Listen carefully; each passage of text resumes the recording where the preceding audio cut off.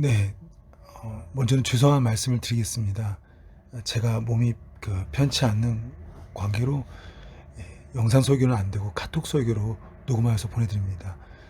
그저 속히 회복되어서 다시 사역할 수 있도록 하겠습니다. 오늘 신명기 8장 1절에서 3절 말씀을 가지고 말씀을 증거하는데요. 광야에 대한 재해석이라는 말씀을 제목가지고 하나님의 말씀을 증거하도록 하겠습니다. 첫 번째입니다. 내가 길을 가지만 인도하신 분은 하나님이라는 사실입니다. 내가 길을 가지만 인도하시는 분은 하나님이십니다. 오늘 이 8장 뒷부분 보니까요. 17절, 18절에 이렇게 말씀이 증거되어 있습니다. 그러나 내가 마음에 이르기를 내 능력과 내 손의 힘으로 내가 이 재물을 얻었다 말할 것이라. 내 하나님 여호와를 기억하라. 그가 내게 재물을 얻은 능력을 주셨습니다. 가나안 땅에 들어갔잖아요. 근데 꼭 고백하고 인정해야 된다는 거예요.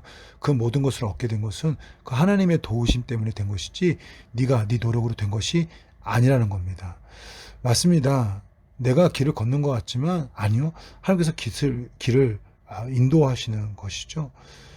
내가 대학을 가고 내가 취업을 하고 내가 결혼하고 내가 가진 모든 것들이 있어요. 근데 이것이 내가 한 것이 아니라 하나님께서 하신 것이다.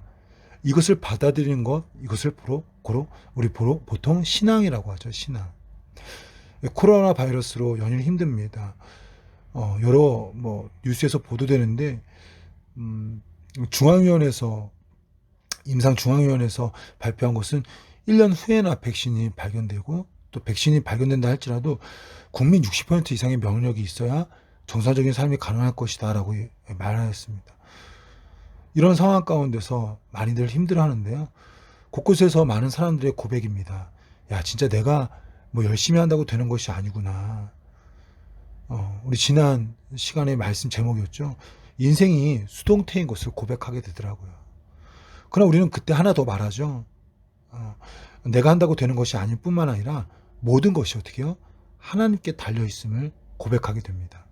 잠언 16장 9절 말씀입니다. 사람의 마음으로 자기의 길을 계획할지라도 그의 길을 인도하시는 이는 여호와시니라. 계속해서 우리에게 이 고백이 있기를 원합니다. 그러나 두 번째, 내가 길을 걷는 것 같지만 인도하심은 하나님이에요. 그러면 하나님의 인도하심 중에 꼭 있는 것이 광야라는 겁니다. 하나님의 인도하심 중에 꼭 있는 곳이 광야예요. 우리 여러분 너무나 잘 알고 있는 말씀 중에 시편 23편이 있습니다. 우리 2절 말씀 보니까 그가 나를 푸른 풀밭에 누이시며 쉴만한 물가로 인도하시는도다. 목자 되신 하나님의 인도하시는 특징이 뭐예요? 나를 푸른 풀밭으로 인도하시고요. 나를 또한 쉴만한 물가로 인도하세요. 그러나 시인이 이렇게 또 고백하죠. 내가 사망의 음침한 골짜기로 다닐지라도 해를 두려워하지 않을 것은. 무슨 말일까요? 내가 걸어가는 길에 또한 사망의 음침한 골짜기도 만나고요. 해를 만나게 되는 위험한 상황도 있다는 겁니다.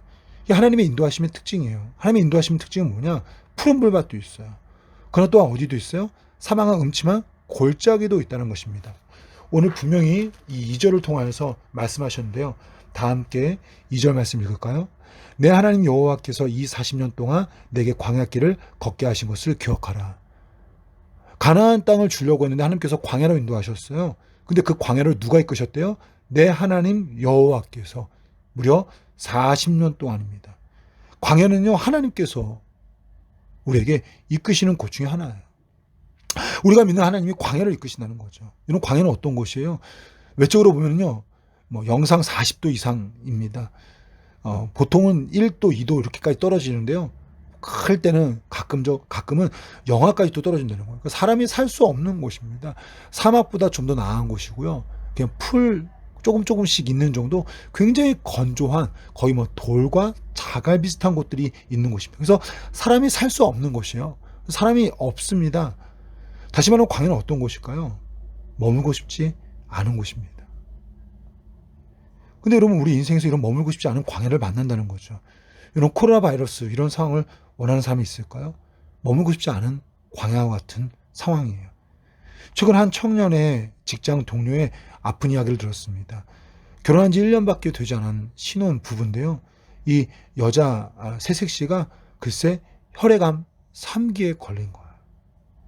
너무나 끔찍스럽습니다. 이런 광야죠. 누가 원하겠어요? 여러분 지금 이렇게 예배를 드립니다. 가정에서 예배를 들어서 은혜로운 것도 있지만 아마 다 우리가 원하지 않는 상황입니다. 이렇게 예배드리는 건 누가 원할까요? 광야죠. 우리가 머물고 싶지 않은 곳입니다. 근데 문제는 하나님을 믿고 따라가는 자들을, 바로 우리들에게 하나님은 광야를 만나게끔 한다는 거예요. 아니, 하나님은 꼭 광야로 우리를 이끄신다는 사실입니다. 아브라함 보세요. 하나님 믿고 나아갔습니다. 자신의 본토 아비 집을 다 버리고 갔어요. 근데 머물렀던 그곳에 기근이 일어났어요. 이삭은요, 자신의 아버지 땅 아브라함 그 우물을 지켰습니다. 근데 그 우물이 빼앗겨요. 요셉은요, 노예로, 다윗은요, 도망자의 삶을 살아갑니다. 우리의 손조 많은 이들이 이 머물고 싶지 않은 광야를 만나게 됐습니다. 언제요? 하나님을 믿고 따를 때. 그래서 우리는 알아야 돼요. 모든 것을 인도하시는 분은 하나님이세요. 그러나 모든 것을 인도하시는 하나님이 우리를 광야로 이끄신다는 거예요. 세 번째입니다. 왜 그럴까요? 우리의 길을 인도하시는 분이 하나님이신데 그 하나님은 왜 우리에게 광야로 이끄는 걸까요? 광야가 꼭 필요하기 때문입니다.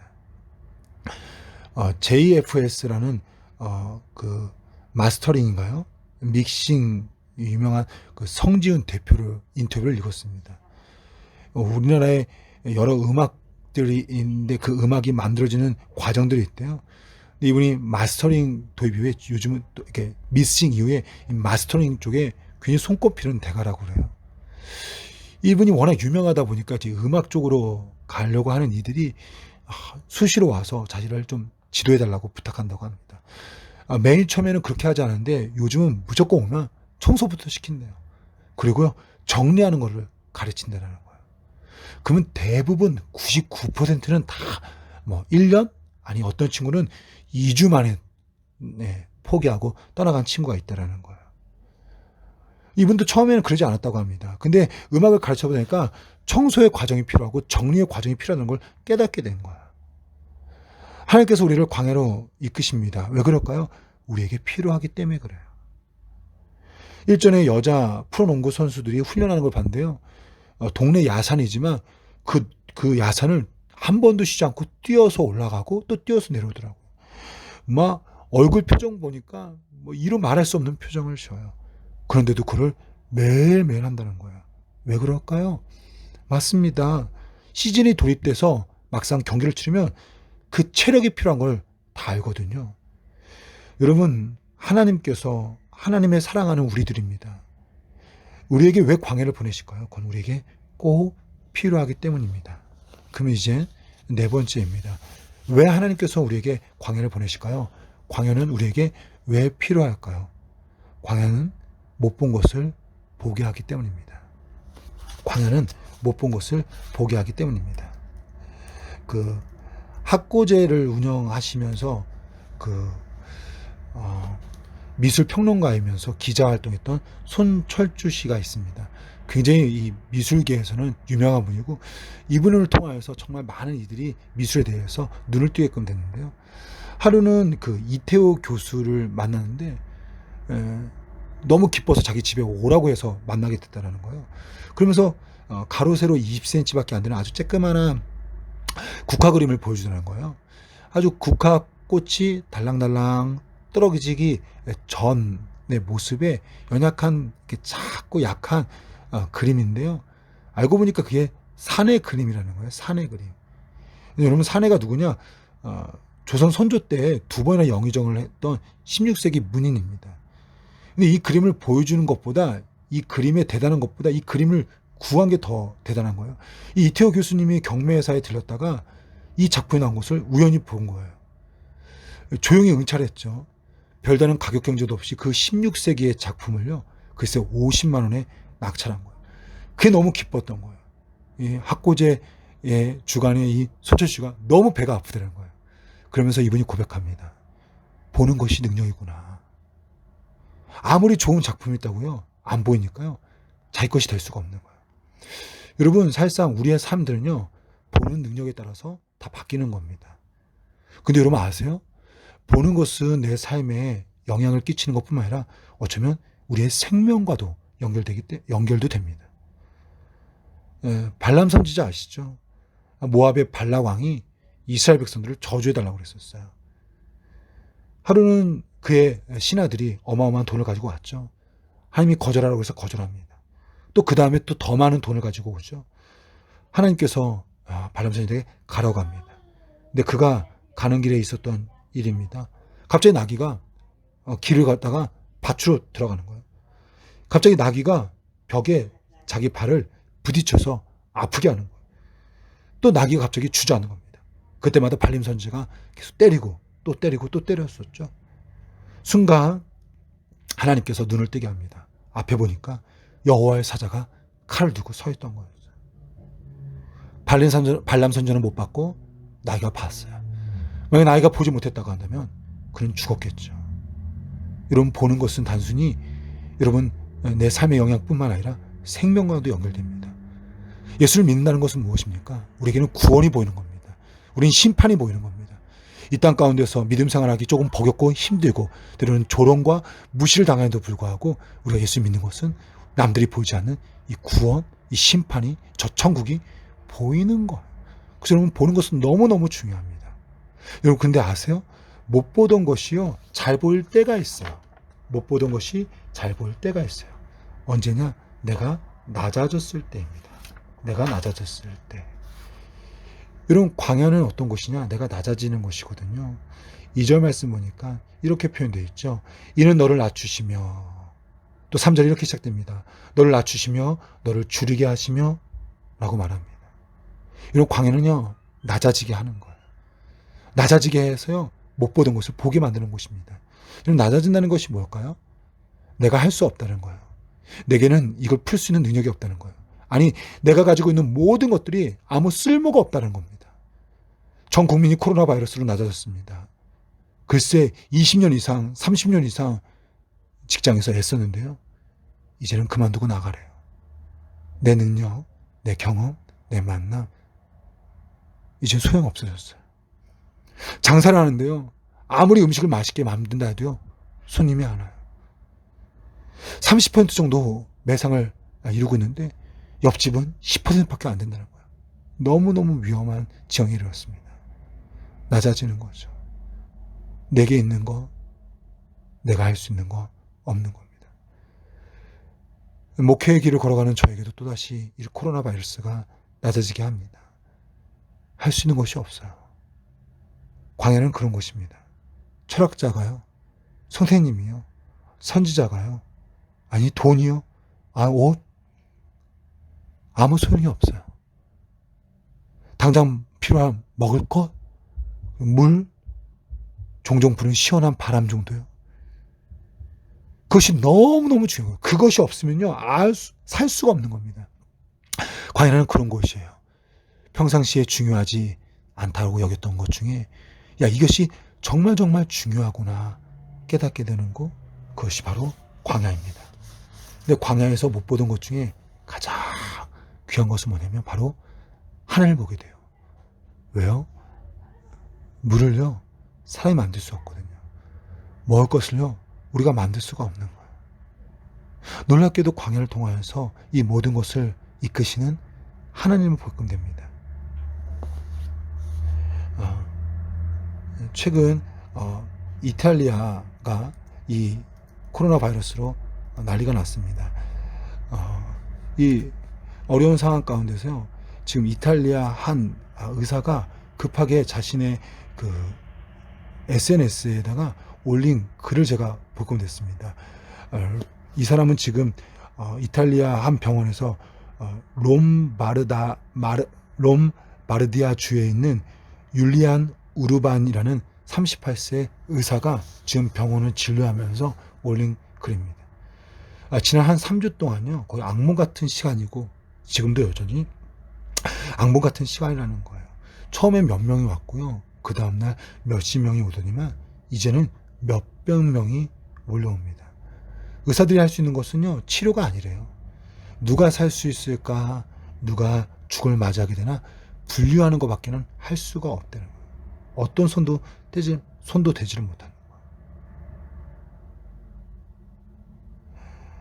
거예요. 본인뿐만 아니라 모든 의사 병원 내에 정신과 육체가 거의 이제 바닥에 이르렀고요.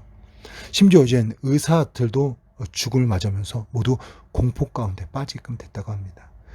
그러다가 9일 전에 75세의 한 할아버지가 왔어요. 그는 목회자였고 목회자로서 은퇴하신 분인데요. 확진자가 된 거죠. 그래서 한 손에 성경을 가지고 들어왔습니다.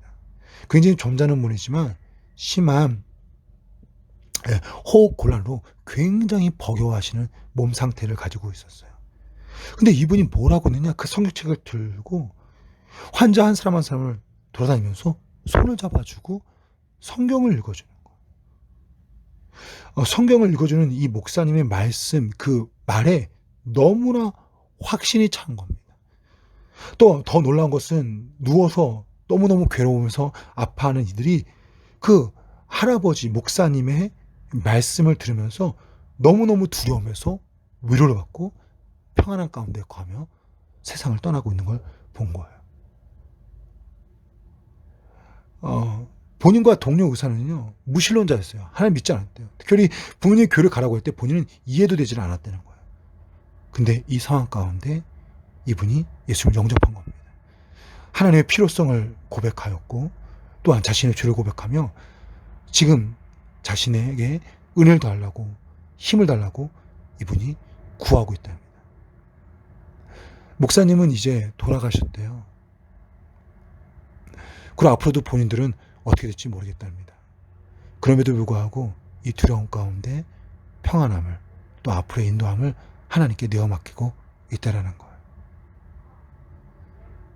광야입니다. 근데 이 의사가, 이 이탈리아 의사가 그 상황 가운데 주를 만나게끔 된 겁니다.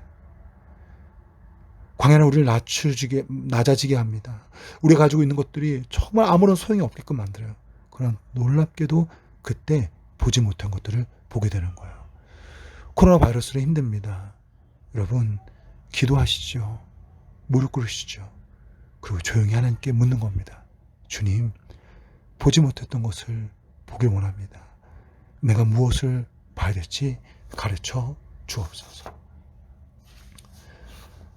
다섯 번째입니다. 광야는요, 나를 발견하는 곳입니다. 광야는요, 나를 발견하는 곳입니다. 여러분, 우리는 자신을 아는 것 같지만 사실상 잘 모릅니다. 최근에 은채가 저희 둘째 딸이요, 이빨을 이렇게 양치질 하다가 검은 게 이렇게 이빨을 떼는데 검은 게 안 없어지는 거예요. 보니까 썩은 것 같더라고요. 두 개 겉에 이렇게 썩어 있어가지고 치과를 갔죠. 근데 치과 의사가 이제 선생님 통해서 이제 병원에 여기서 이제 그 엑스레이를 찍고 말했는데 6개가 썩어 있고 한 개는 굉장히 심각한 상태여서 심지어 신경 바로 앞에까지 가서 빨리 치료해야 되는 거예요. 재밌죠. 내가 볼 때는 아프지도 않고 2개만 살짝 썩은 것 같은데 실제 6개가 썩어 있는 거야. 우린 몰라요. 이런 어리석은 삶이라는 게 뭘까요? 어리석은 삶. 내가 A를 해야 돼요. 근데 B를 추구하는 거, 그걸 어리석다라고 합니다. 어쩌면 결혼을 해야 될 시기예요. 결혼이 가장 이 인생에서 중요한 시기입니다. 돈을 추구해요. 왜 그런 줄 아세요? 지금 나를 알지 못하기 때문입니다. 그래서 결국 자신을 알아야 될 그 과정이 필요한데 바로 그게 시험입니다. 이 대한민국에서 시험은 좋지 않게끔 되어버렸어요. 합격, 불합격. 굉장히 좋지 않은 걸로 해석되어집니다. 근데 시험은 참 좋은 거예요. 시험이라는 건 뭐냐면 나를 평가하는 거예요. 대학 입시 시험 수능을 봐요? 그건 뭐예요? 내가 수능 공부한 거 아는 거예요. 토플 시험을 봐요?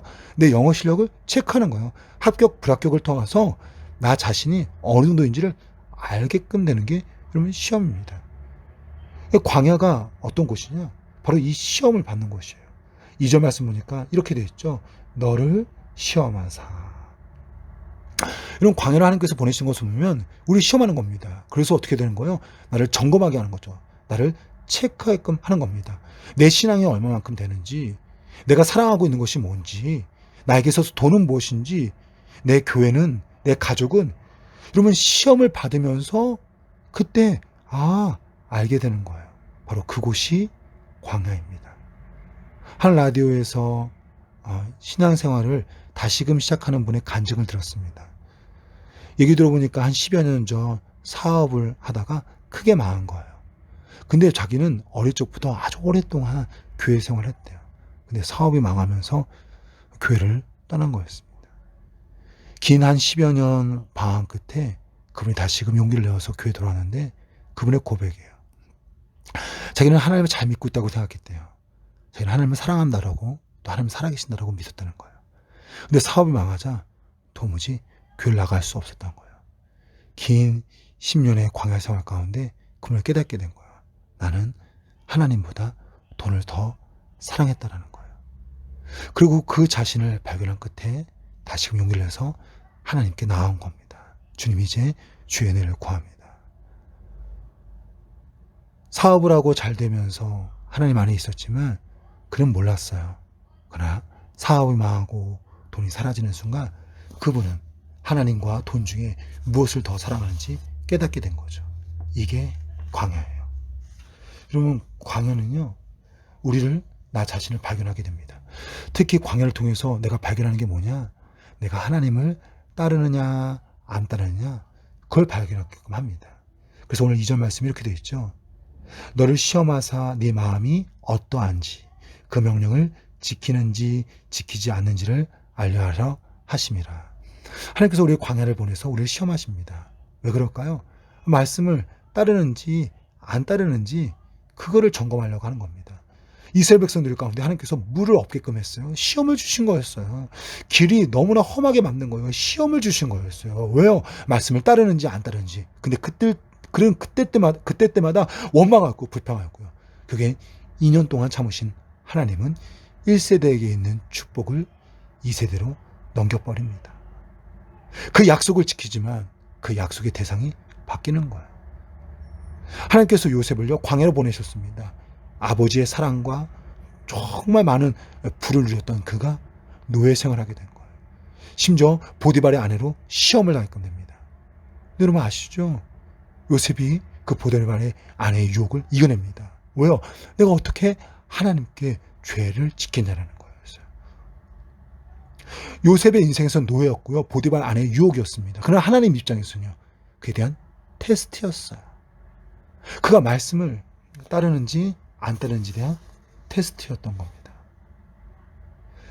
코로나 바이러스로 우리는 광야의 길을 걸어가고 있습니다.